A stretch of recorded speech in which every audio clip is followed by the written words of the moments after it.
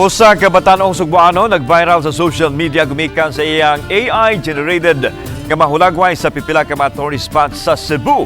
Ato siyang ila-ilahon sa report ni Orchids Lapincaw. Magkasnaw sa Cebu.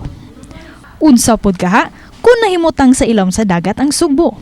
Kining mga hulagway hinimo sa Cebuano graphic artist nga si Kurt Lance Lesmes. Gamit ang usa ka artificial intelligence photo editing tool, na-recreate niya ang hulagway nga daw naa ka sa laing dimension.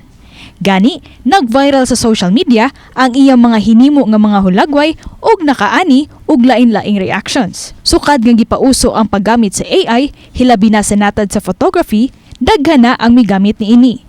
Gikan sa simple nga picture, mahimo nimong ma-enhance ang usa ka hulagway. Nagpasabot lamang kini kung unsa ka powerful ug kamahinungdanon ng AI sa natad sa teknolohiya nga makapasayon sa mga gimbuhaton. Uban ni Clans Gabutin, ako si Orchids Lapincaw, Balitang Bisdak.